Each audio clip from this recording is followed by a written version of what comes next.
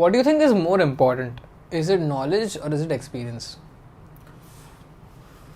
Because I've been debating this for quite a long time. I know both are important, but You're saying the bookish knowledge as compared to the real world experience. kind of like knowledge about the subject and experience about the subject, but not exactly what. See, so you have the skill set, but the person who has like worked for 10 hours and has mastered that thing, but you have more knowledge about that skill set. So it's kind of that parallel. I think the experience, bro, to be honest. For sure. Really? I think, yeah. But like, it depends again, situation to situation. But having the skill set and then not implementing it or not. No, it's not implementing it. You have more knowledge about it, but you have less experience. So basically, you've worked for only like 1 year, but you have more knowledge about that subject. But the guy who has worked 20 years in that thing, which one do you think will be more higher in the field or something? Okay, so the comparison that comes to my mind when you say this is when suppose I'm like doing engineering, right? So suppose after 4 years course, I'm doing the 5-year one, the 4-year course, someone goes out for a job as compared to someone who didn't attend college and just was building stuff or working on projects and stuff.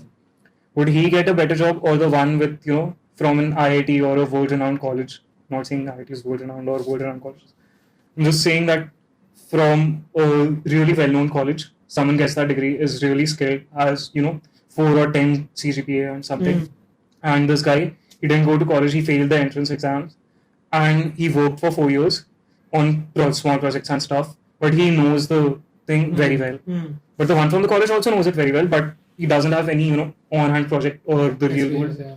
He didn't get his hands dirty, as people say. Who will be better? The one who didn't go to college?